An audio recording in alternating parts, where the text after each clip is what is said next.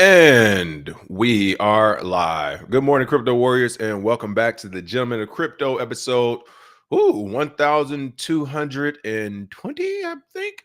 Today is Wednesday, May 8th, 2024, and I'm King here to bridge the gap between the community and crypto. Most days, Monday through Friday at 10ish. Today is a 10ish day, but a lot of good top stories. Today, traders rush to short Ether as Grayscale pulls its futures ETF plan. Oh, and then of course, just this entire Nigerian fiasco. Nigerian officials propose secret crypto settlement, claims Binance CEO. Nigerian stakeholders demand Binance reveal identity of bribery official. Nigeria to ban peer-to-peer crypto trading in Naira. I mean, it's going down in Nigeria. This is very important because I think this is going to set precedent or at least be looked at as an experiment by others like the United States. Tom Brady roasted on crypto and Netflix special. How did you fall for that? And various forms of Bitcoin custody explained. But first and foremost, of course, let's go ahead and take a quick look at these prices. All right, Bitcoin is coming in hot at $62,275.61, down 1.61%. Ethereum at $3,014, down 1.57%. Number four, BNB is at $584, down 1.1%. Just squished on me there. Number five, Solana at $147, down 3.87%. Ooh, they touched that $199 mark. Has been downhill since then. Even though I did see the article, people are saying they might flip Ethereum on, I guess, was transaction dollar size in a week or something. Who knows? I don't know. Number seven, XRP, 52 cent, down 2.42%. Number nine, Toncoin is still pumping on the week, but at $5.82, down 1.4%. And number 10, Cardano, I'm gonna start calling it Cargotchu, down 1.4% at 44 cent. Trending tokens, Pepe, Super Trump, and Mode, and recently added Axel Wrap, Mouse and Pasta, and Leonard. Fear and Greed Index 55, 50 can go either way. A lot of chop, and Bitcoin dominance at 53.4%. Ethereum dominance has actually slipped even more down to 15.8%. And while the top story is Nigeria, I actually wanted to start the show off talking about this Ethereum story because I had more to do with price prediction, things like that. So we'll settle in here now on that as I'm stalling to open up the YouTube chat and say what up, though, to everybody. There we go. BK Crypto, Boom, Tech, Demetrius Brown, Hybrid, Memories with Mike, No Cap, Satoshi Slim, JB, JD, Magnolia, D, No ID, Crypt Work, Yimmy O, what's going on, Yimmy? What up, though, everybody? Welcome back to the show. Welcome back. Welcome back. Welcome back. Wasn't that a song back in the day? One of the top stories of the day, because I know you all always are interested in looking over your portfolio. You are your own bank. I understand. You know, I get involved in degenerate behavior, but this isn't that degenerate as much as it might be an actual play for some people out there. Traders rush to short Ether as Grayscale pulls its futures ETF plan. Um, a couple things. First and foremost, without even this story being the story about Grayscale, as we're already seeing, it does look to be as like Ethereum ETFs will be a little bit slower than Bitcoin's, perhaps because they've already satisfied the beast with the Bitcoin ETF. And of course, if they get that Ethereum ETF, as we already stated, it's going to open the door to ETF after ETF after ETF. I mean, literally, if you can get yourself an ETF actually as well, it will be harder for the SEC to retroactively go after you in court because you essentially tie more people into the I don't want to say like scheme or anything, but you tie more people into the business itself. Like the types of people and banks and organizations and institutions who will be involved in the Ethereum ETF wouldn't want it to see it fail or be retroactively penalized for anything. So just in general, the fact that we're not seeing ETFs happen kind of quickly, it means it's probably going to take some time. And with that being said, as of now, that price pump with Ethereum, of course, some had to do with Bitcoin pumping itself. But a lot of it was on the back of there might be a possible Ethereum ETF next. I know Ethereum just upgrading all that stuff, but the gas fees are still high. Bottom line, okay, like nothing else matters but those gas fees, which are still high. So there's no other reason to speculate, hey, the value of this has tremendously increased because of a network upgrade that didn't really do anything to change the gas fees, right? But the fact that they could have had an ETF, the thought of them having an ETF, is what really I think made the market kind of speculate and pump that price. So with that being said, is there an incoming dip for Ethereum? Right, a 3% rebound in Ether's price would wipe $345 million in short positions amid Grayscale withdrawing its Ether futures ETF application. Something else to think about. There's also a flip side of this. To be fair, there is a chance that the ETF actually could go through, just not with Grayscale. You remember what I said about the consolidation after the Bitcoin ETFs, where it was, I think they may have gave the go ahead to a 9 to 13 companies, but since the last 10 years, at least 15 to 20 plus companies have asked for. But the go ahead was given to say like 9 to 13 companies. We'll say 12 companies, whoever got the Bitcoin ETF this first go round. They can't compete with BlackRock. They cannot compete with Fidelity, and Grayscale is third on that list. And they're already getting swallowed up by BlackRock's and Fidelity's market cap and business. And I mean, you're seeing those commercials. You aren't seeing Grayscale commercials. So my point is, as these smaller wealthy or wealth institutions or banks or whoever else decide to do the ETF, as they consolidate, because that's my nice way of saying getting destroyed and eaten up by competitors, as they consolidate, whether they partner, sell, join, merge, whatever, as they begin to consolidate, we can start seeing only those bigger houses having the newer ETFs. Now, some of the smaller ones might still be around if we end up getting these altcoin ETFs, right? You get the I don't know, Floki Eno ETF. Maybe BlackRock doesn't want to have that on their sheet, but they're partnered with a, I don't know, small bank or whatever who also has these ETFs that actually offer the Floki Eno ones, right? Maybe BlackRock's just the money behind them offering that. They're providing liquidity. So I could see that happening. But as far as like something as grand as an Ethereum ETF, it might be too much for Grayscale to bite off right now, right? Because you remember this thing took a long time for Bitcoin to get passed. So you needed compliance officers, lawyers, legals, this, that. I mean, you had to go through so many steps to get the Bitcoin ETF to even go through. They just spent all their time, all their resources on that, just to be essentially displaced by newer competitors who already had, I don't know, friends in the government or whatever. I'm talking about BlackRock Fidelity. So Grayscale worked this long since 2014, 15, 16, whatever, attempting to get a Bitcoin ETF just to finally get it. And then the competitors take the overall share, lion's share of the market. So now it's like, you're going to try to do that again with the Ethereum ETF that right now looks like at least the corporate end of the market doesn't want, or I guess the federal end of the market doesn't want. You're going to try to do that again. So it could be one of those things where there's just like, man, we don't got enough chips to go around. Like, let's pull out this Ethereum ETF race if this story is actually true. So let's go ahead and check it out again. But this is Ether traders have stacked up short positions over the last 24 hours, just as Grayscale Investments pulled its application for an Ethereum futures exchange traded fund. I'll say so they did already pull. Okay. Ether at the time of this writing was $3,010, hovering close to key support levels, having dropped by 1.85% over the past 24 hours. I will say psychologically, if it starts to dip below 3,000, 29.9, 29.90, I mean, 29.85, 29.70, oh, it's time to go. I'm telling you, people, it can happen that quickly and that slight. Nothing significant, but I could see a 2,800 Ethereum happening here in the next few days easily.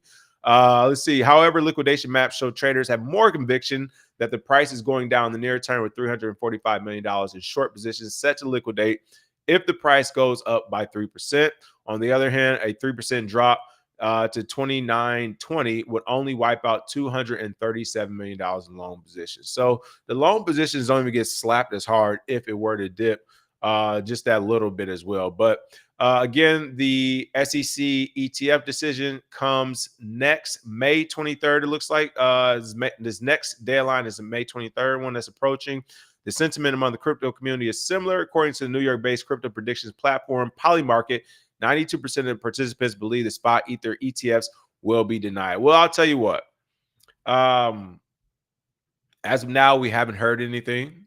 Whereas the Bitcoin ETFs, I mean, the energy was in the air. Everybody was like, nah, this thing, it might happen sooner rather than later. You remember, I kind of thought it would happen in February. So off by 2 months, but whatever, or a month or so, or whatever. But so Ethereum ETFs, yeah, there's no grumblings or rumblings of it happening. what's the guy? Gary Gensler, of course, the SEC chairman or whatever his job is, Mr. Burns. I believe he was just either on CNBC or MSNBC. I saw the story pop up. Didn't really want to get into it, but here's a callback to it, I guess. His whole point of when he showed up, he was making the point that crypto is a small part of the overall American market. And he gets the ratio questions he gets for crypto and Bitcoin and things like that are way too much in his perspective when it comes to regular market. I agree too. I've been saying that for forever. Why are they worried about little old us? I thought we were fake, fraudulent, shadowy, super hooded, super coders, and all this negative stuff, right? Why are they paying attention to us? We're not even real. So for him to say that and not say anything about, for example, the Ethereum ETF is coming up. Maybe that'll increase the market size, and then we can talk. Like he didn't allude anything to an Ethereum ETF. He kind of stuck to the talking points of why are we even talking about crypto? I don't want to talk about it. Let's talk about something else. You keep asking me with security. Like I said, he's not going to lay down. He's just as pissed as we are on our side. He's just as pissed on his side for the likes. Like I said, that XRP case making him look foolish. Oh, listen, the forced Bitcoin ETF. Let's call it what it was, forced. He didn't want that. Let's not forget the articles that were coming out around that time. That was the first time we really seen senators, congressional members, and all these other people say, is Gary Gensler overstepping his boundaries? Like they started to say that was a soft press in the public. Do we need to come holler at you? Are you doing too much? And Gary Gensler responded, hey, y'all want it? Y'all got it. Bitcoin ETF. Now, when it comes to Ethereum one, he's going to put his foot down because it's not just about the Ethereum ETF. If you allow an Ethereum ETF to go through, I'm guaranteeing at least XRP, they're smart enough. Shout out, I got to give their boss, hey, Brian, is it Brian? I think it is. Can't remember his last name right now. But shout out to Ripple's team, not only for being strategic, but also being intelligent and having the ability, what's the words I'm looking for? To be aggressive when needed, assertive when needed. I think Ripple, they would spend some of their money, like figure it out. We're about to be the next ETF. They would spend a large portion of their money doing that. They would stop all business, say, figure out the ETF thing. If Ethereum got one, we can get one. And I'm telling you, not even the top 10 coin. After that, it will be one of these meme coins with a whole shit ton of capital and nothing to do with it, and a motivated community of people who are actually voting age as well to say, you know what? Let's turn this meme coin into an ETF. Why not? Let's break the system. We'll go vote on it. We need to. We have the capital to put all the applications, submissions, and forms in. We created DAO to make this done. Like the slippery slopes of slippery slopes if you allow the Ethereum ETF. So with that being said, I do not think it's going to happen also. And while it may be a premature short, because you got to remember, everyone who talks about shorts and all this other stuff, where are you shorting at?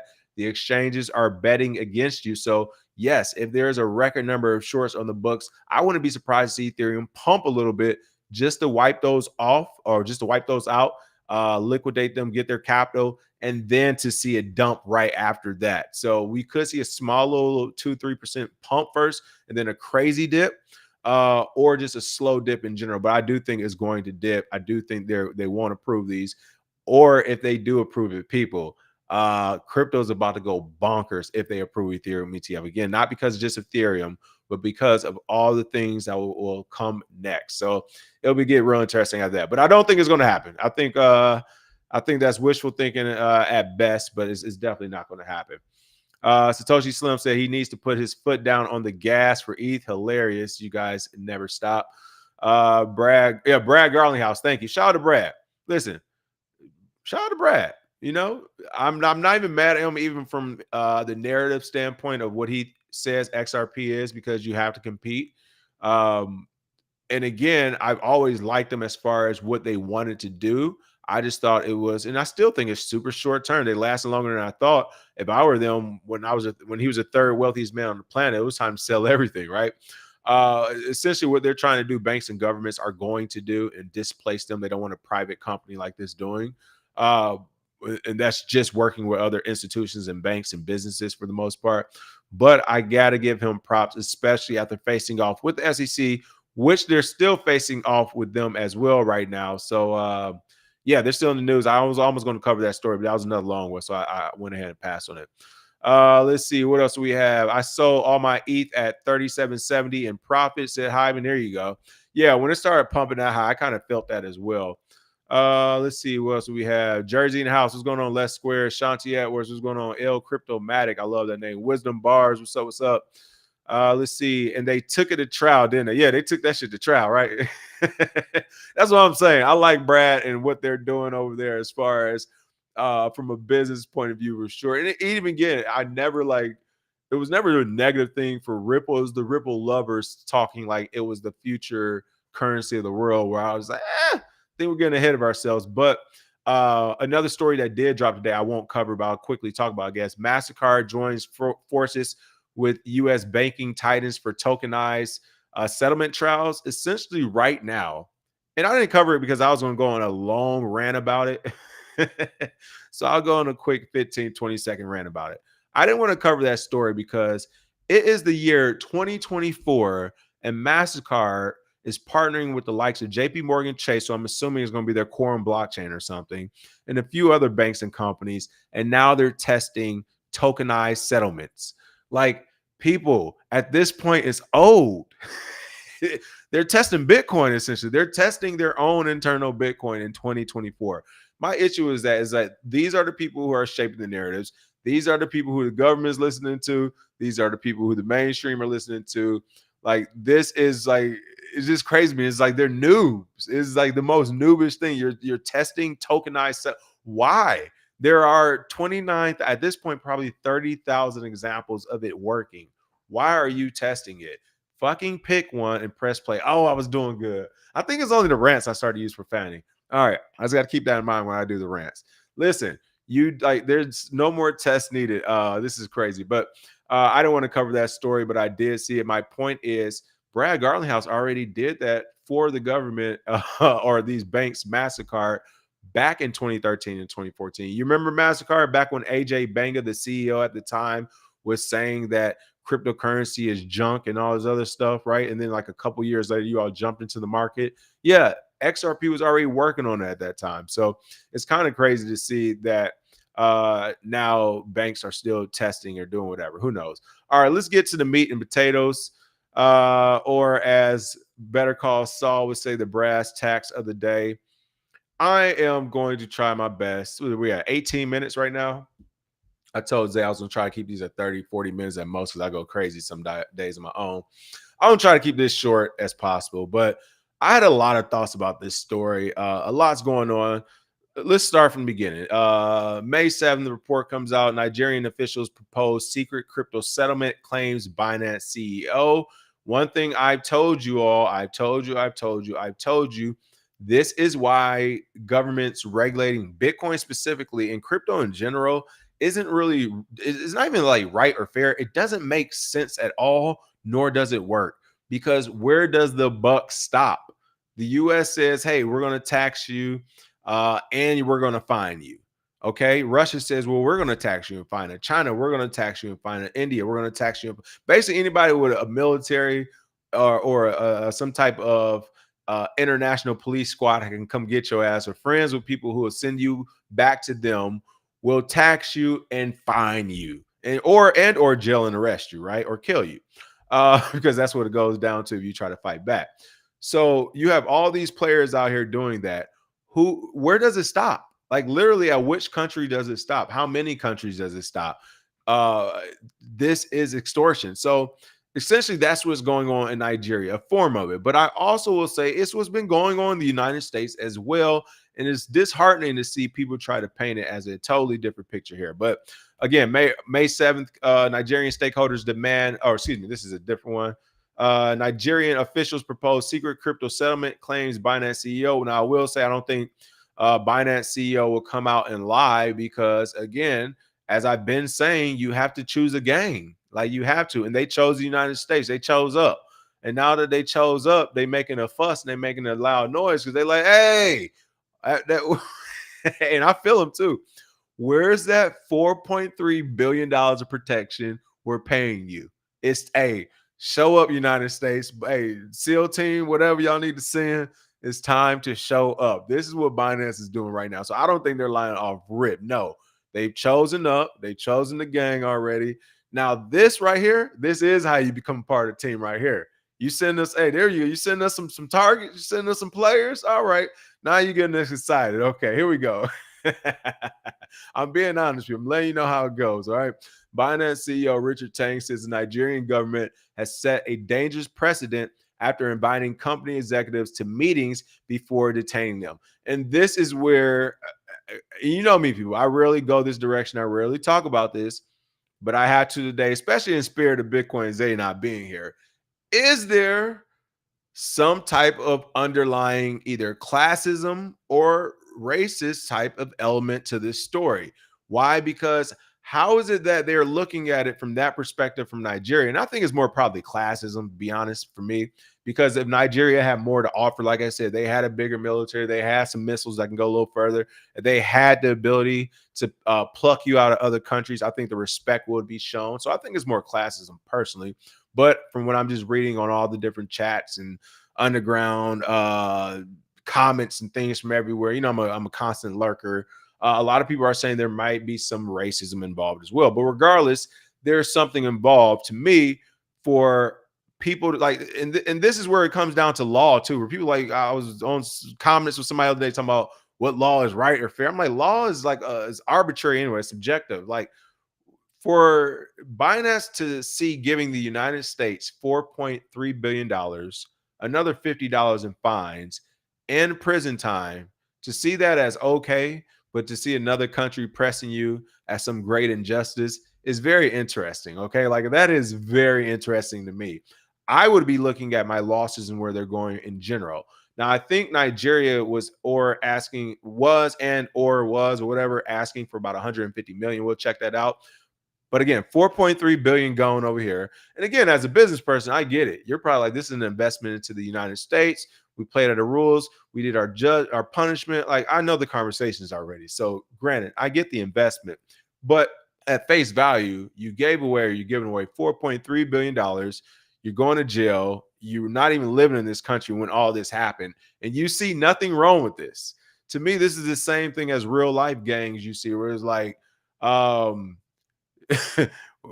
like, we'll do everything to everyone but the police and the jail and the prison system. Now they can lock us up. They're allowed to lock us up. We'll literally be enslaved by these people and won't do anything.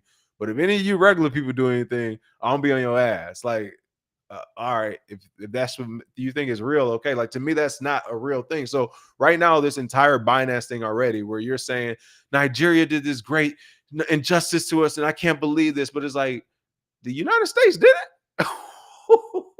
Gang, gang, gang. I love it, people. But that's why we got good PR people like me, because we can write it up and speak it in such a way that we didn't do anything to you. You wanted to give us this $4.3 billion because you know you did wrong. You know you was money laundering. But back to the story at hand.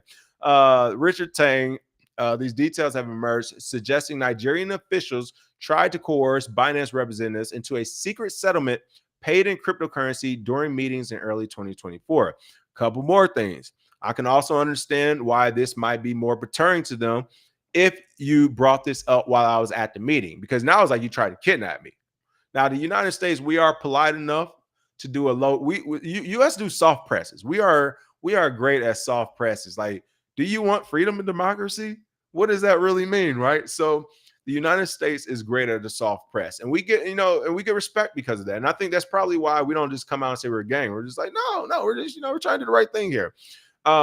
Because nothing someone hates more than like a hard press in your face. Like, as a man, and especially as a CEO, and when I say as a man or a woman, as a mature adult human, as a mature adult male or female, especially one who's a CEO or whatever, you didn't really try me now. Like, oh, you didn't brought me, like, you've essentially kidnapped me, and you like, this is a ransom in my face. Like, yeah, there will only be war after that. So I can understand that point of view, for one. And then for two, once again, I want to reiterate, you all are crazy if you think Nigeria is the only people doing this. They're the only people who didn't do it the right way, apparently, because like I said, there's soft ways to do it, and other countries do it in softer ways. But you are crazy to think Nigeria is the only country to pop up and say, hey, y'all either pay us or y'all got problems. Like, come on, that's ridiculous. Binance CEO Richard Tang issued a detailed account of Tigran Gabriel's ongoing detention on May 7th. Gabriel is a former United States IRS agent who headed up Binance's financial crime compliance team. Oh my goodness, people. I didn't read this story. Please understand I didn't read this story. The only reason why I chose these stories, this is going to be a long show today. Damn it. All right, here we go. Let me buckle up. Hold on. Let me get some, let me a little, I had to take the top off. Let me get a little sippy sip. Okay. I only chose this story because, again, on the underground, some of the place I lurk at, I was seeing mentions of what was going on and comments, and it was becoming a back and forth thing. Like I said, the racism angles at play, the classism angles at play. Nigeria citizens wanted answers. But now that I'm actually like, this is my first time reading an article about this. Holy shit. First of all, shout out to Binance. Like I said, that $4.3 billion fine was an investment. Okay. This is where it gets super muddy at. In the US, we got to say something about this when it comes to crypto. Well played to hire an ex-IRS agent who's an American citizen. Well played, Binance. A. B. Nigeria. That's who y'all got? Oh, man, listen. And three, this is why Binance came publicly with this, came to the public with it. Like I said, they already paid the gang. They want the gang to work. And I joked about SEAL Team 6. I didn't even read this yet, people. Oh, my goodness. Nigeria, let the boy go and just apologize. And everybody's cool, okay? Everything's good. Everybody's cool. Everybody be cool. Everybody be cool, okay? We didn't know. We just, hey, let them go. Let them go. Let them go. And for Binance, there's your mo. Binance, you can't pay him more than him or her more than the American government. There is your mo right there. At least there's one of them. So I guess it helped you, but not really. So there's your mo. But oh man, the plot thickens. The plot thickens. That's right, Chloe Dior got the popcorn out. The plot thickens. Listen, this is crazy. This is crazy. Great business. Hey, listen, hand clap. This is what you do, though. This is what you do. All right. So Binance, you're still not gang, but you did hire some of the members. So as you can see, my excitement, people, respect will be shown. Hey, bring our boys and girls home. We don't play that shit. All right. We don't. As I was just talking about gangs leaving theirs in prison. You see how excited I got about one of ours, but bring them home. Bring them home. Bring them home. They ain't done nothing wrong. They just working a regular job for a foreign company. And y'all trying, nah, hey, better be more to the story. Bring them home. You got my vote. You got my money. Bring them home. Okay. We don't play that. We don't play that. Okay. Let's see. Oh, it gets deeper. Ting condemned the Nigerian government for his actions, claiming the country has set a dangerous new precedent for all companies worldwide after detaining two of his employees. Once again, I agree. Gambarian, I'm probably saying this wrong, but who's a highly regarded figure in global financial crime prevention, was detained while on a business trip to Nigeria. Tang outlined the exchange's efforts to engage constructively with Nigerian authorities, including participation in regulatory discussions and cooperation with law enforcement agencies. I'm going to say it once and once only. The people I want back in 2024, I want our RS guy back, even though he with the RS, whatever, he still want the RS. I want him back. Get him his hall monitor pass and his yellow belt too. Bring all this shit back. And I want Mayweather. Hey, bring back Floyd, baby. Mayweather, we got you, baby. Bring back Money Mayweather, Dubai. Y'all be getting excited. I know. I understand. Send him home, okay? He need to come back in the next few weeks, all right? Hey, Floyd, pay what you need to pay, but bring him home. bring our boys and girls home, all right? Let's see what else we got going on. This request for public hearing, according to Tang, Binance employees began discussions with Nigerian authorities during public investigative hearings following a request from the chairman of the House of Representatives Committee on Financial Crimes, the HCFC. The committee is reported to have highlighted issues related to Binance operations in Nigeria. So listen, this is okay. I already know where they're about to go with this. This hearing and everything that was going on with Binance, they were upset essentially. The Naira was being displaced already, but then of course cryptocurrency sped that up, and then exchanges like the likes of Binance, of course, sped it up even more as it was an on and off ramp to people to place their Naira and to get crypto back and do business with it. All right, so I understand this part already without reading it. The problem with this also, not the fact that, like, once again, the Naira has been on the down for the last 30, 40, 50 years before Binance even came out, A. And then B, uh, like all the real players don't use these centralized exchanges like that. So while you're upset and mad, it's like, yo, it's probably some of these DeFi platforms like Nigerians are also using that are just as big as far as providing liquidity and on and off ramps. Maybe not as big as worldwide as Binance, but like literally people trust. I'll say maybe people trust as just as well. So for them to just single out Binance is ridiculous already. And then, of course, this secret crypto settlement Binance CEO alleges that unknown persons approached the exchange's employees and suggested making a payment in settlement of the allegations. Tang said Binance's local counsel was handed over terms from an agent representing the HCFC committee. Counsel reported back that he had been presented with a demand for a significant payment in cryptocurrency to be paid in secret within 48 hours to make these issues go away, and that our decision was expected by the morning. All right, a couple things.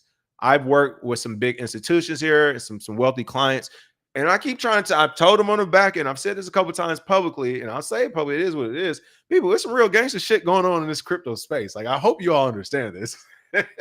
You understand this is it was and kind of still is an unregulated market with billions in it. Like, it's definitely some gangster stuff going on by countries, by banks, by individuals, different organizations, like you name it. Like, listen, are you kidding me, people? And no, I'm not going to provide any evidence because it's not my business. I stay in my lane, but just understand there's a ton of gangsters. I know some companies, and I know a couple of them probably might have listened to us back in the day. I know some bigger companies who are well known that may have gotten they start off of meth. Okay, people, I'm trying to tell you, it is some gangster stuff going on in this crypto space where people, I'm not going to say necessarily segue, but transferred whatever they had and everything else over to this space, started a company, and they are off. I mean, crypto.com, once again, where the hell did they come from, right? Oh, I forgot they were selling debit cards or some shit out of the alley. All right. Listen, there's all types of illegal, criminal, and gangster shit that's happened. So this whole thing with Nigeria, not only does it not really surprise me, but again, they're not the only ones, to keep it real. Now, again, for me, this was really just Binance choosing up, and this was their opportunity to deepen their relationship with the United States. Uh, because I maybe because it was so in your face where they're like, yo, you got 48 hours to respond, and they're like, yo, we need to do something right now. Maybe that was the reason why. But again, the US is given the same type of soft press. It's like, we just don't give you 48, fine, we'll give you 3 to 6 months. But the bottom line is, if we don't get our $4.3 billion, then that 4 months in prison is going to turn to 20 years. Like, what are you talking about? So just because we're not giving you that same timeline and that same type of pressure, don't mean it's not there. You better, hey, Binance, you better have our $4.3 billion, boy. That's what I know. That's what I know for sure. You better have our money. Like, do not, oh, we just remembered, oh, the account. Oh, you playing. You playing. Cool. So no, you're going to have our money as well. Again, it's just a softer press. But getting back to Nigeria, I do understand why you need to expedite this. And again, all this is going to do is deepen our relationship. Binance is about to become the next Coinbase with this type of deal. If we help them with this, expect them to go public in America next couple of years type of deal. Hey, they're the next Coinbase. And no, y'all not doing nothing extra like Coinbase either. Y'all gonna stay in y'all position. The exchange declined the payment demand. Shout out to them. We do not negotiate with terrorists. Demand through his local legal representation and continuing his engagement in the settlement negotiations. Binance put forward several demands following the incidents as it prepared to continue discussions with Nigerian authorities. So let's see if I can get this picture blown up. Binance needs to see the relevant petition and or the details of all allegations. Any settlement must be official, recorded in writing. It must encompass all relevant agencies to be in full and final settlement allegations. Tax liabilities, if applicable, with guarantees. Exact terms of the settlement should remain private. There should be no public hearing before the committee. Our contractors and employees are not to be intimidated, harassed, or detained. Yeah, for them to even have to add that seriously, then that means even though this is all alleged, coming from Binance, this is real. So on a serious note, like I said, bring our IRS agent home, okay? Like fuck that. Y'all ain't about to be threatening us. This is why I kept saying you. And this is also my point too, from the United States point of view. Like, stop sugarcoating it. Let's just put it out there. Be like, fine. We want 30% of all the crypto market because it's real gangsters and governments around the world who will take it from you. And that 30% is going to make sure they don't take it from you. If anybody's going to take it, it's going to be us. I would rather our government just come out and say that. All right, just come out. All right, you know what? We need 44%. Well, why? Because I want a new Ferrari and a tuxedo, and my wife wanted to take a new trip, and we want to buy an island, and we're going to keep protecting you all at the same time. Bro, that's steep, but all right. All right, for 44%, I'll give it to you, but you gotta let us start doing, we gotta be able to slime out of the countries and come back home in safety like Russia. Because Russia allowed to go crazy in other countries. They can go back to Russia and be like, what? We ain't do nothing in Russia? Like, what we doing, US? What we doing here? That was a joke. I think we all should be doing good business. But on a serious note, I would rather our government just tell us straight up what's going on rather than kind of play like, oh no, we're just trying to do the right thing. Well, we want literally half your shit. 44% is communist, people. Like, what was the percentage communist one? They want 100 or something, 98. Listen, 44 is a high percentage. That's all I'm saying. 44 is a super high percent for anyone.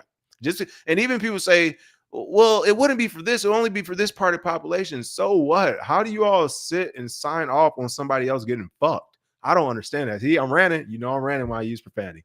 All right. Back to this long story. I knew it would be a long one. Subsequent meetings were scheduled for late February. Okay, so this did start back in January with the number of government representatives in attendance from the Office of National Security Advisor, Office of the President, Central Bank of Nigeria. All right, so the whole squad came. They said despite the clear risk, Tigran, Gambrian, and Nadim and Jarwala, head of Binance Africa, received multiple assurances they would be granted safe passages for the meetings. Okay, so this started off in January where Binance was initially essentially got subpoenaed by Nigeria. Hey, y'all messing up. We want some money, blah, blah, blah. All right, let's send some people. Let's talk this out. Let's figure out what's going on.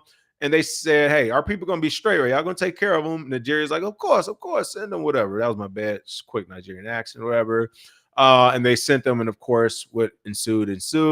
Binance shuts down Nigerian services. The situation escalated when Nigerian officials demanded actions from Binance, including delisting the Naira from their platform and providing detailed user information. Shout out to Trek. PFC Wells was one of the first people out there to talk about capital flight controls, not only in China, but here in the United States and abroad everywhere, where countries would essentially try to contain what money would come on and off crypto platforms or any other platforms for that matter to make sure money wasn't leaving the country. And the only way money could leave the country as it was, of course, through carrying it out, because that's the old way of doing things. Now we're digital. We got Bitcoin. Just do it that way. But they wanted the Naira delisted to prevent that from happening. Despite being given safety assurances, Binance asserts that the pair were held against their will and their passports and mobile phones were confiscated. Oh no, what? See, listen, that's where you got to have that training before you go overseas. I would have turned up on their ass. You would have had to kill me now. Now you're going to have to kill me and make the U.S. make a move. I'm about to go down as a martyr, and I'm about to no, seriously though, I'm dead ass. Like, hell, you taking my phone and passport? How did y'all let that happen with a straight face? No, I mean, nah. If it's gonna go there, let's go ahead and take it there. We might as well take it there. Let's go straight there. Let's not waste time.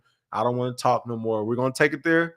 Let's take it there immediately. Let's not stand on. And what Bane say? Let's not stand on ceremony. That was my shit. I don't stand on ceremony. This Detroit people. We're gonna go straight there. Let's not play around. So, yeah, they gave them their passport and their phones. First mistake.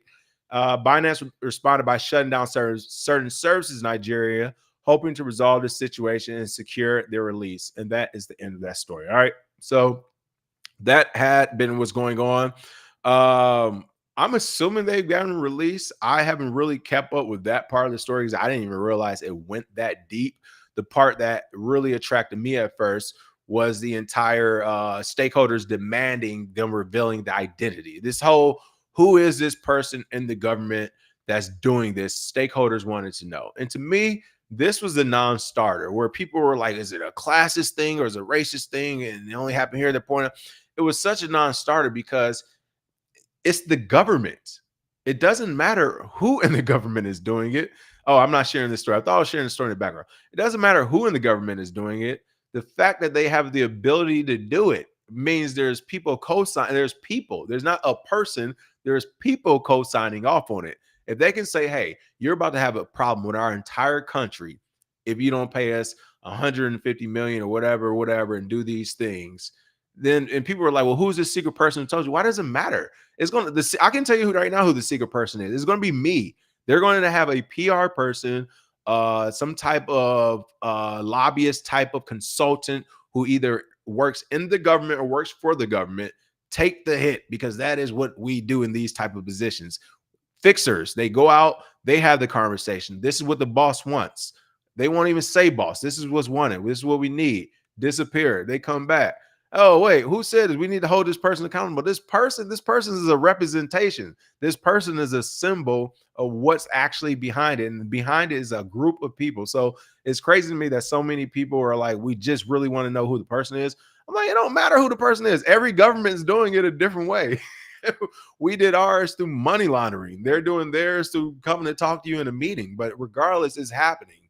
And again, this is my issue. It's such a slippery slope because when does it stop? Because once Nigeria is done, don't you worry. Like I said, China and Russia will want their piece of Binance as well. It's not going to stop. Listen, you should have fought the first day. All right, straight up. Okay, I won't go into a long story, but I'll tell you this, people. I played on many of football teams, and I moved. So, all right, think about me, people. I grew up in a broken home. I'm a statistic. I moved around a lot growing up. I went to a bunch of different elementary schools, middle school, so on and so forth. Luckily, I was able to stay at one high school. Whatever. I think my brother went to like 4 high schools or something like that. So, moving around a lot. So, of course, you know what happens whenever you move. You're the new kid. Blah blah blah. I don't play that shit when I move. I already know what's going to happen. Like, yeah, I even do it to this day, except it's not physical, it's more of a mental thing. I know when I get into new spaces, usually gonna be somebody to try your mental acuity or whatever. So I'm usually trying to find a person like who thinks they're the smartest in the room and let me figure out, do I even want to engage with you and just let you have it, or do I want to make myself known? So I did the same thing. Whenever I moved, especially on football teams, whenever I got to a new team, first thing I'm doing, I'm fighting somebody. Like, let's go ahead and just get it up. Who won the biggest and baddest? Let's get this thing over with. Let's get it popping. I don't want to wait around for the next 2 or 3 weeks in the bullying tactics and who did what. Nah, let's get it over the first day so everybody know they pack in order and everything like that. Binance didn't do that, right? Like Binance, all these crypto companies, Coinbase, they didn't fight the first day. They all laid down to the first few governments that came at them with paperwork and regulation or whatever else. Now, I will say Binance ran. They were running a lot. Every time there was a problem and the government said something about regulation, they'll pack up and run and move their business elsewhere, but they weren't really fighting. Hence Binance.us. Like literally, you already had a war chest and you rebranded to Binance.us. And shout out to the US. That's what we do.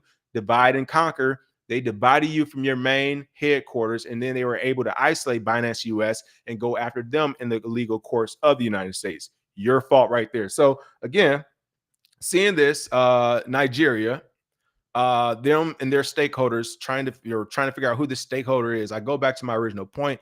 It doesn't matter. It's the entire government. They're making it happen. Cybin's executive secretary, Rumi Ofi, stressed that Binance to reveal names to substantiate the claim and allow authorities to address wrongdoing. Yeah, so people can wind up like the Boeing insiders, just mysteriously have heart attacks and everything else. Again, this is about Nigerian crypto industry stakeholders demanding that Binance reveal the identity of the official who attempted to bribe it and substantiate its claims. Now, I'm with Nigeria on that because Nigeria is saying this is BS. So they're saying this is true. We want to know.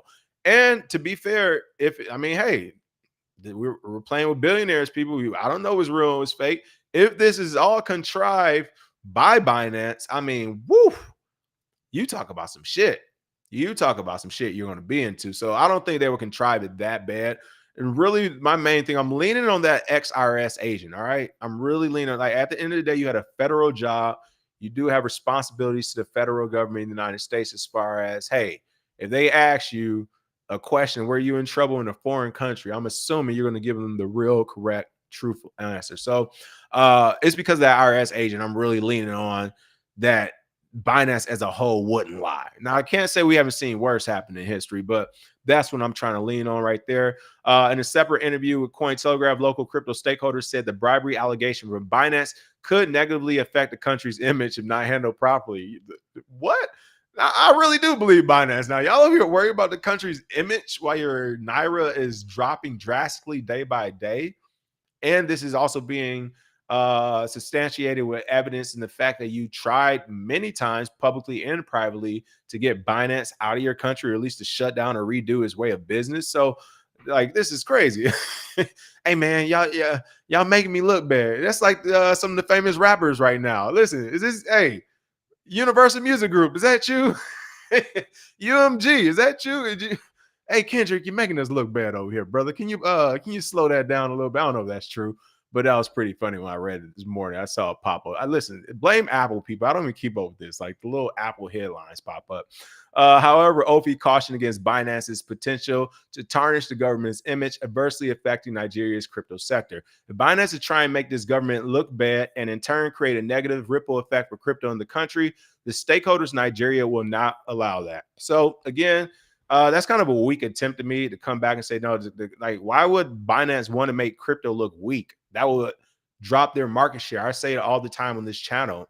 While things might not be a home run for Bitcoin, as long as it's a base hit, NFTs, base hit, meme coins, base hit, like anything to get you on the basis to home plate of Bitcoin, of DeFi, of cryptocurrency, of all these different things that you can do in this market, to me is a base hit. So yeah, like that makes no sense for Binance to be like, no, we want all the people in Nigeria to hate crypto, even though our business is literally around crypto transactions. That doesn't even make sense, Nigeria. Good try. That is making them look guilty right here. And last but not least, the deafening blow to me was Nigeria to ban peer-to-peer crypto trading in Naira. This is the serious one, people. This is the one the United States wants to do as well. This is the one China wants to do. This is the one Venezuela low-key tried to do. This is the one Russia wants to do. This is what they want to do.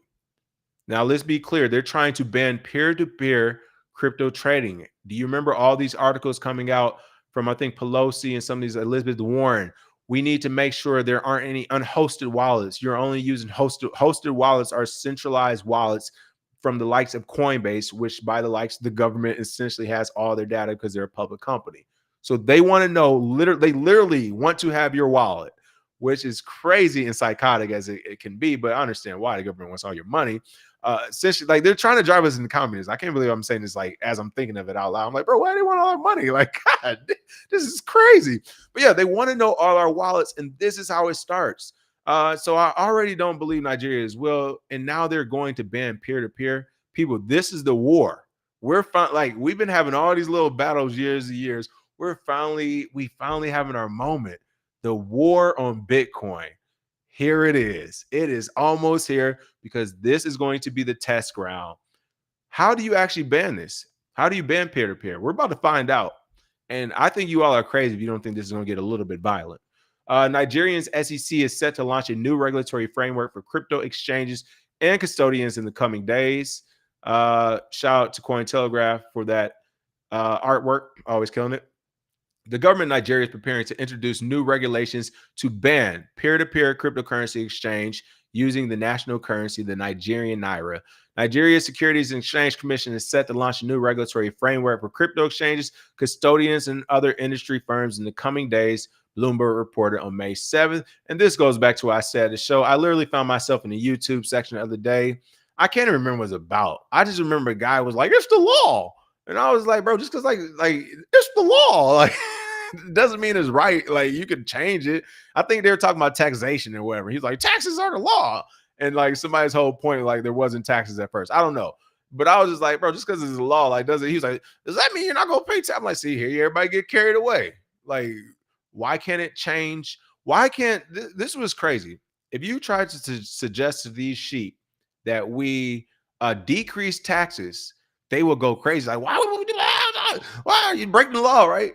but there's nothing to suggest we increase it another 15%. That is absolutely it's interesting to me. So same thing here. And this is my point when it comes to law.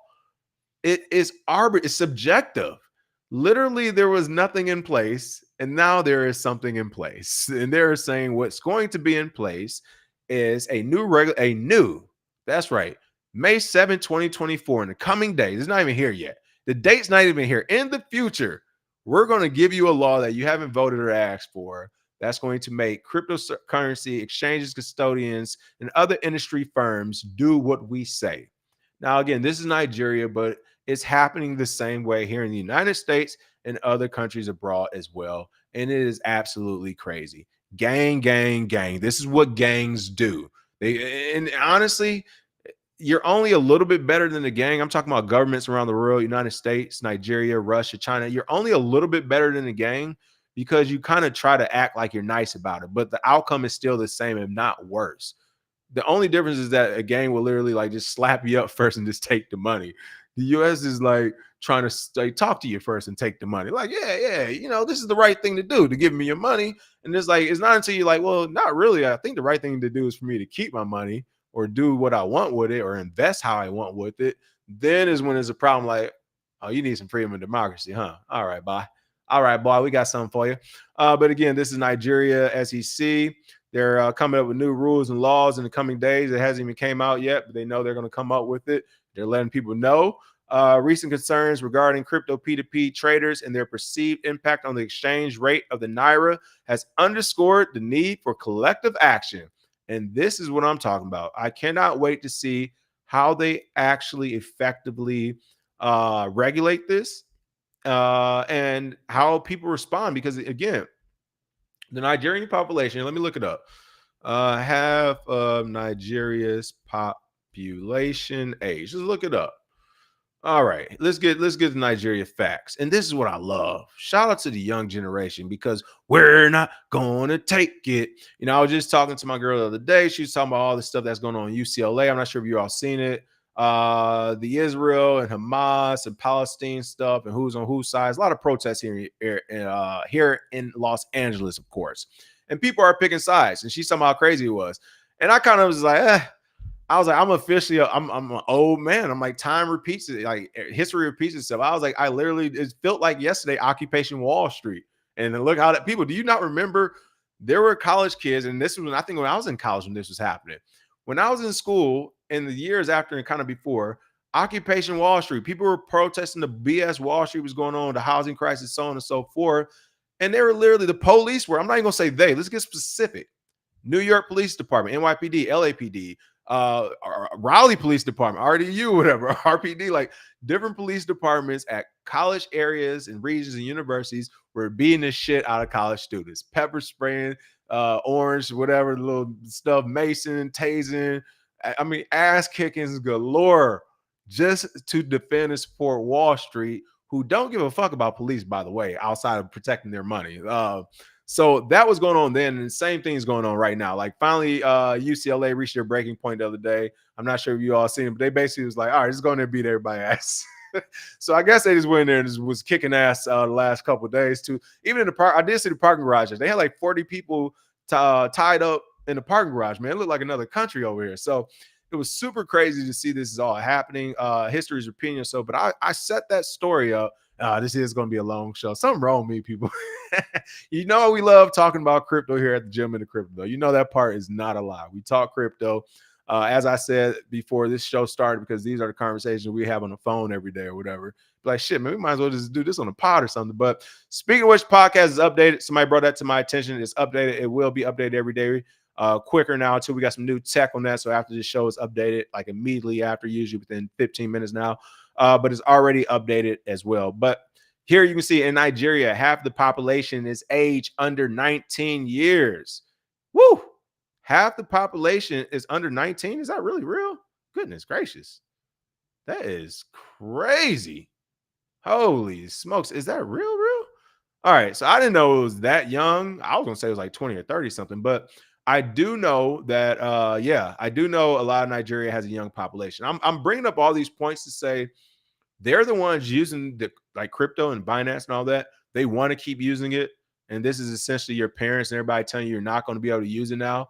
I want to see how everyone's going to respond, what they're going to put in place to make sure these measures are effective and these regulatory standards are met. I can't wait to see. It's that simple. We're watching these experiments happen in real time. And as I told Bitcoin Zay and I told everyone else before, it hasn't happened yet. I'm telling you, we're pushing these governments and these wealthy people to the brink. It's about to get violent. Watch what I say. I hope it doesn't. I hope we're better than that as humans, but keep your gunpowder dry. I'd rather be wrong and be ready than right and not be. So it is what it is. But I can't wait to see how Nigeria is going to act with a bunch of wild ass 17-year-olds listening to a Kendrick and Drake beef, fighting back on systems and everything like that. Say, oh yeah, y'all not allowed to use crypto or Naira or peer to peer. When last time you got in a fight, bro? When last time you shot a gun? Um, yeah, I think y'all might get some barbecue. It might be time to have the cookout night. Is it time for some barbecue in Nigeria? I think that's the Haiti reference for those who miss it. It might be time for some barbecue in Nigeria. Last but not least on this story, one thing I'm going to look up. Hold on. One thing I got to bring up only because of what they're trying to do. Remember, they move in baby steps. Right now, it's just the exchanges and things like that. They move in baby steps. I'm gonna read this because I know a lot of you haven't heard it, or this channel, everyone's heard it for the most part, but some of the listeners maybe. So this is the Bitcoin white paper. Once again, is 9 pages. The ninth page, which we're looking at, is 8 references. So it's really 8 pages. And really the first page is an intro and the abstract. So really 7 pages of meat, people, with diagrams in it. Okay. This is if I was like your school teacher, this is me being like, yo, if you fail this freaking quiz, like, come on, like I can't do nothing more for you at this point. But I'm going to read not even the entire abstract, which is really about a paragraph and a half, 2 paragraphs. I'm going to read I'm just going to read the first few words of the entire Bitcoin white paper as it begins. Bitcoin, a peer-to-peer electronic cash system. Satoshi Nakamoto, Satoshin at gmx.com is email, www.bitcoin.org, which you can still click on as well to this day. Abstract, a purely peer-to-peer version of electronic cash would allow online payments to be sent directly from one party to another without going through a financial institution. A purely peer-to-peer version of electronic cash not going through a financial institution. And Nigeria says, yeah, we're going to ban that peer-to-peer shit. This has been the moment we've been talking about. Since Zay and I partnered, this has been the moment we've been talking about. How is this going to work? How is it going to happen? How is it going to be enforced? Will they get violent? That's the part I'm looking at. Will they get violent? I think when it's all said and done, they will. Unless, here's the only unless, the United States has already managed to become one of the world's largest stakeholders of Bitcoin. So unless it becomes one of the things where our government is nice enough not to kill us, especially you all in London, didn't y'all give up y'all guns in the UK? Yeah. So anyway, if your government is nice enough not to kill us, will they bargain with us as far as the future of our monetary system? Because that's all you have left in places like the UK. No offense, it is what it is. Unless y'all gonna have sword fights where they got Uzis or something. I don't know. But yeah, in places like that, y'all gonna have to make that decision. The government will make that decision. Do we want to kill our citizens over this? Do we want to give them some barbecue, or do we want to just give them 44% taxes on all crypto? I don't know. We'll figure it out. But this is the moment we have been waiting for. Okay, on a lighter note, I know that was a long one. I had to cover it because to me, that is going to set a lot of precedents. It's a staging ground, it's a testing ground for crypto as a whole. So I was a big deal to me. This everything is going to Nigeria. And it looks like it's still a lot going home. I can tell you what, our IRS agent better be home by Monday. What 50 say? I need that by Monday. IRS agent need to be home by Monday. Tom Brady roasted on crypto and Netflix special. How did you fall for that? Tom Brady cop heat from comedians for his role in partnering with the now defunct crypto exchange FTX, which, by the way, I didn't see this roast. I just saw the clip of it. I think I mentioned this the other day, but it is very interesting, especially all that's going on. And everybody who wants support, who wants all this support, and you had all this fake protests and shit. it's very interesting that I don't know who the comedian was, but the joke was on the lines of Bert Kirshner's liver is as dark as Martin Luther King getting beat by Rodney King and something else. And like, everybody, oh, I'm just like, wow, like it is crazy that even on that stage, you know, you got a bunch of weak ass people anyway, but it's just like you could say that joke about a dead Martin Luther King and Rodney King who was unjustly beat. And they're his liver's that black. Oh, that's funny. But let somebody say a joke about somebody else's leader or a person who is assassinated or anything else along those lines, and things get sensitive. I got to point out that double standard. That was absolutely amazing. And once again, this is from my point of view. How do you think my parents and my grandfather feel, who's still alive at 94, 95, 96? This is insane to me, but I love it. I love the double standard. Believe me, I really do love it. And I don't take it personal either. I'm not one of those people. Because again, I don't want you to get to crying and bitching when I take control either. Okay. So Tom Brady roasted from this FTX defunct FTX exchange. Former Pro Bowler Tom Brady was grilled by comedians and former teammates during a Netflix stream roast, and quips about his role in promoting the bankrupt crypto exchange FTX were some of the most viral to emerge on social media. May 6th, Netflix's The Roast of Tom Brady saw the retired National Football League star as the butt of jokes about his career, his 2021 divorce from Gisele Bundchen, and several other pain points in his life. Comedian and roast host Kevin Hart poked fun at Brady for his role at FTX in his opening monologue, joking about why the event was at the Kia Forum Arena in Inglewood instead of the Crypto.com Arena in downtown Los Angeles. You're probably asking yourself, guys, why didn't we go to the Crypto.com Arena? Hart quit. He said, well, the reason we didn't go there is because we didn't want to remind Tom's fans of how much money he owes them. He fucked those people. Tom fucked those people. Fucked them good, didn't he? I would have watched it just for that one. That's pretty funny. Later on, comedian Nikki Glazer also piled on to Brady. Tom also lost $30 million in crypto. How did you fall for that?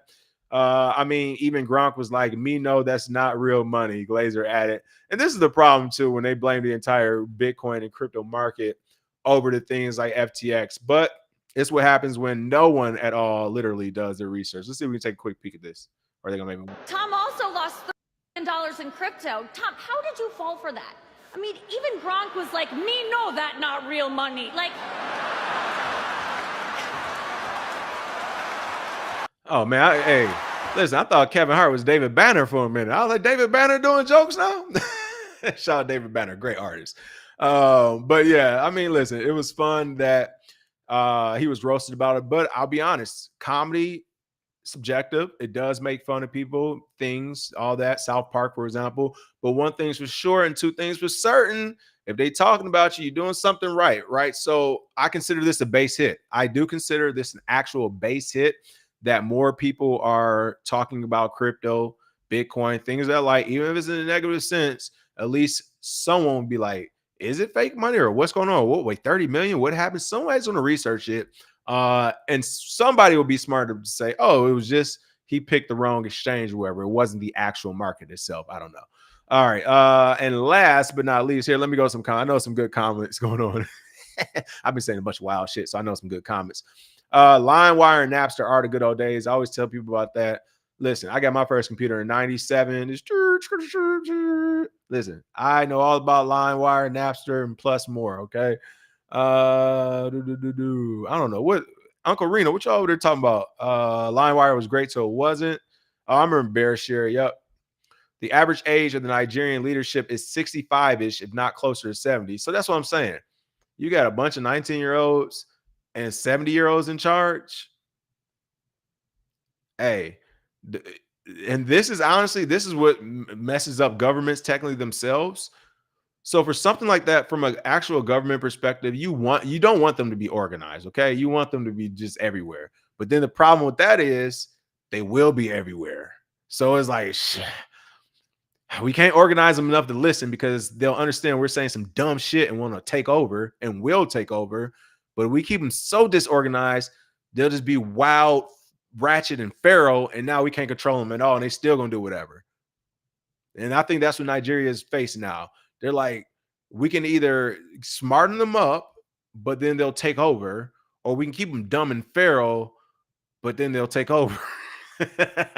Listen, it's only so long before I'm telling you it's gonna be about shit. It's gonna be a group of them looking around like, bro, why are we listening, buddy, on a breathing machine? Why are we listening to him? It's gonna be, I don't know. It'll be very interesting. Oh, that is right. I forgot. And Uncle Reno, remember they whacked that Nigerian banker and the whole family in the California desert? That was right after the Super Bowl or Super Bowl weekend. Department of Troubled Poets covered it up. Super Bowl weekend. Yeah, I forgot all about that. And wow, things are making a lot more sense. Took one of ours, we take one of yours. Holy shit. Oh, it's coming right now, people. That did, and they said this thing started in January. Oh my goodness, we kept thinking it might be something, but wow, it's not. Might be, it is. You a Nigerian banker going, all this is going on. You come. Shout out to the gang, man. It is. Listen, I'm not saying right, not saying wrong. I'm saying it is what it is in this world we're living in. Oh man, yeah, that is crazy. That is crazy. Banning peer-to-peer as well, yo. I officially agree. Banning, I'm reading all types of comments. Oh man, and Uncle Reno, I just put out. He said was hoping from a gang from King. Must have burned enough sage last night. Listen, I've been getting my sleep. Oh man, yeah, a bunch of Ned Flanders out there. Oh, okay, that's why we were bringing up LimeWire. I just got up to this comment. History showed us they could not stop peer-to-peer music sharing. Listen, forget stopping peer-to-peer music sharing. So I was pissed off on. I tried to watch a movie on, was it Netflix? It was either Amazon or Netflix or something that I have. I think it was Netflix that I have a subscription to. But I guess I don't have like an upgraded subscription. They was like, oh no, to watch this one, you need to upgrade the subscription now because commercials with it. I'm like, wait, what? I thought I already had. I bought the yearly. I bought the subscription you told me to get for the year. Like, what are we talking about? Another subscription, okay? So I started looking around and find out people are pulling from Amazon Prime and Netflix, I guess, because they're doing commercials. And which, what did I say here on this channel? Like ads are inevitable, people. TV shows and movies are actually the commercials for the advertisements, just in case you didn't know. But my point is, I was telling someone, I was joking, I was telling my girl yesterday, I was like, they lucky I even use them. Like, it's on Netflix. People, and I was explaining this to her. I was like, this is different. When there was VHS and DVDs and stuff, like the technology is different. Yes, you had to go to the theater and have somebody manually record it or steal that DVD or VHS tape and dub it for better quality. There was no pulling it out of thin air and just taking it for yourself. So I do thank you all for that music reference. Again, I started from the bottom when I was scrolling up, and yeah, y'all know I was gonna catch it. Y'all know I catch the vibes. Okay, let me do my little. If you ever see me doing the Macarena, by the way, people, which I've done on some commercials that are coming out, is because they put me on a spot to dance. I wanted to say no, but I wasn't going to be the super mood killer. That's me compromising myself. So to find compromise, I know it does make them happy. You know, I do want people to be happy with their project. I usually just go straight to like a quick Macarena because then it's like it's goofy and stupid enough. But you want me to keep doing this stupid shit or you want me to stop? And usually they're like, all right, you can stop. I'm like, all right, that's what I thought. Okay, so if you ever see me do that, you know the reasons why. But now back to this show. LimeWire and Napster, this was the first time you had everything digitized as far as music, right? Now, this is like essentially the beginning of streaming. You're putting everything in bits, zeros and ones. Everything's going across the internet. Now you can actually pull it out of thin air. So yesterday I was looking at when the Netflix thing popped up, I'm laughing. I'm like, don't they know, like, I can seriously, like, in less time actually than it takes me to search for a movie on Netflix, I can just go on my sites or on the internet and just get the movie or watch the movie. Like, I don't even need to use, like, no one needs to use Netflix. It hasn't stopped. So just like you all said in the comments when you were mentioning LimeWire and Napster, I saw some of you all say like it never ended. I agree. I'm with you on that. I know nothing's never ended. If it's on the internet, it's over with. So and that's one of the reasons why people have asked before, like, do you mind we clip this or use your shows or this? I'm like, shit, yeah, go ahead. Like, I will never be one of those people to be like, no, you can't use this. No, I'd rather you have me in it, have me at the party, whatever. Like, I'm not gonna be one of the people to say, no, you can't have it. It's on the internet, it's already gone. Now, whether somebody's polite enough to ask you, that's a different story. But if it's on the internet, it's already in the wind. So for them to be like, oh yeah, you got to pay extra for that, I'm like, how about I just pay? You get nothing. How about it turns into that? If I didn't care about the creators, you would get nothing. Like it would be that. Thank you for that tip, Stan. It said Juju Watkins was rocking a Satoshi Nakamoto shirt at an NBA game. Any intel? Ooh, no, I haven't seen that. But I will check it out. Let me see. I will check it out. No, I haven't seen that. Yeah, yeah, I'm gonna check that out. It's Satoshi. I mean, look, Juju must know what time it is. Juju knows who Satoshi is. Trying to keep their money for sure. Let's see. Last few. Hasn't Floyd been released already? He was last week. Oh, okay, I don't keep up with all other people's business. All right, good. All right, Floyd back home. All right, I can calm down now. Floyd good. Floyd good. He also wants some. Hey, listen. That can happen in Dubai, okay? But on the flip side, they be trying to play too. I went to Dubai and went crazy on some jewelry. I did that. I turned up before and did all that stuff. Listen, they can go crazy too. You got to watch them because they see Americans be like, oh, yeah. You be like, bro, no, I know gold what it is here, okay? Stop playing. Let me get that good discounted gold. Let's see. What else we have going on? The U.S. is not going to help. If they help in this case, that means they have to help in all other cases. So I agree with that, Trek. I do agree with that. They probably wouldn't. They would have to help in there. Shit, the U.S. already helped. I forgot about the Super Bowl weekend. That's what they probably like. Why are you still doing articles for? We already got y'all that get back. What's the problem? Seriously, I wonder if that has anything to do with it and how. Man, this is crazy. They're getting kicked around too many jurisdictions. The U.S. messed up by tapping CZ for $4 billion, which in effect raises the stay out of jail fee for everyone else in and outside the U.S. I agree. By him agreeing to pay that $4 billion and for the U.S. tapping him for that, I agree. Yeah, that all that does is tell the other powerhouses they got something. Maybe not $4 billion, but hey, what you got? Start tapping pockets. What you get? We'll take 20 million. We'll take what you got. What you got? Start. What you got on you, man? We'll take whatever you got. You know what I mean? What you got? You got earrings, them new, them brand new, them real. We'll take whatever you got. Let's see. Fastest way to get money across the border in 2008 was a plane. Fastest way to get money across the border in 2024 is Bitcoin. That's right. All right. Other than that, all right. That's most of the show for today. I do want to get to this last story. Not really a story, but I do like how Cointelegraph's been doing this as far as providing helpful information. So I like to quickly gloss over these like I did the other day. But various forms of Bitcoin custody explained. Of course, majority of you all should know this, but just in case, here's something new for people or just a quick refresher. This is going to be a brief go through. Again, this is the various forms of Bitcoin custody. The importance of Bitcoin custody, as they say, just decentralized. The importance is this, people. You're your own bank officially. No one else can save you or protect you if you do something wrong with your bank. So you need to be able to custody your Bitcoin. Bitcoin holdings in centralized exchanges. That's what we were just talking about. Hosted wallets. You're looking at the Coinbases of the world, the Binance wallets, things like that, or wallets connected to someone who has know your customer, or basically just your information. If you got to provide your name, then to me, literally, if you have to provide your first name, to me, that's a centralized place. Okay. Simple as that. Everyone else just wants to dump email, if that. Bitcoin self-custody options. Of course, private hot wallets, your cell phone, your desktop. These are the wallets that can be connected to the internet or are connected to the internet, since your cell phone and your desktop laptops are connected to the internet. And then private hardware wallets, also known as cold wallets. These are going to be the ones that are only applicable to external applications. So you can't really connect to the internet, and that gives you more security so that people can't hack it, or there's not as many ways to hack it. These could be thumb drives. They can also be QR codes on paper wallets, a ton of different things. Bitcoin self-custody measures private key storage. Really quick, the difference between a public and private key. Public key is like your phone number. It's like an account number. Anybody can have it. Worst case scenario, they just give you a phone call. They put money in your account. Your private key is like your social security number. That is how you access that account in the cloud. Okay. That is how you actually get back to your money. So people have your private key. You are what's called fucked. Or seed phrases. They also mention seed phrases are just other word, like a group of words and phrases that essentially work as a key.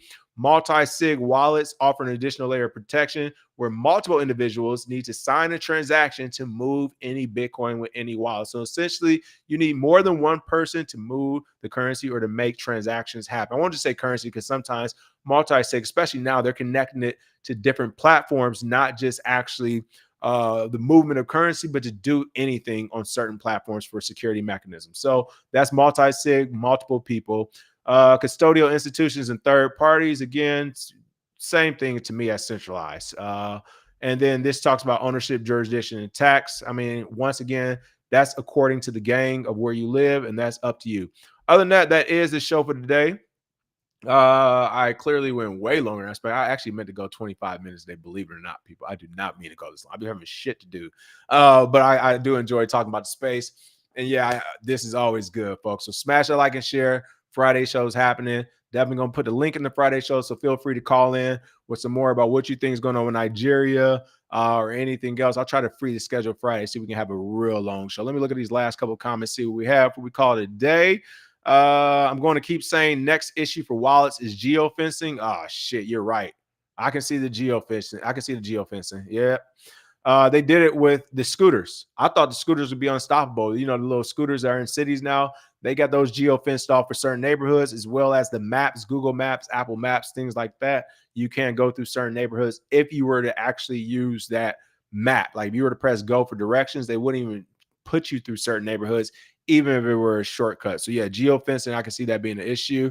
And I finally watched that too. The U.S. government is like Thomas Shelby from Peaky Blinders. That's my Peaky Blinders. They're moving like because we fucking can. There we go. We fucking can for sure. How much cheaper is to go in Dubai? What's the spread? So it's not that it's just cheap. It's so much good stuff I can say about people. When I had it, people thought I was like on some rapper stuff. They thought the gold was. Some people even thought it was fake. So here's the deal: it's only they don't even do 14 or 12 karat. Their lowest carat is 18. They have 18, 22, and 24. I had a combination of 18 and 22. 22 and 24 looks like super cartoon. It's so beautiful though. It's so beautiful. But so the price is already cheaper because it's a higher quality gold and they have more of it. So if you I don't even need these, but my headphones keep dropping off. The gold is a higher quality. So essentially you have the 18, 22, 24 karat gold, and they have it in mass. So they have a lot of it and it's higher quality. So essentially you can get more bang for your buck, essentially. And you can haggle with them and talk to them. They'll give you better prices because they know you literally can go next door.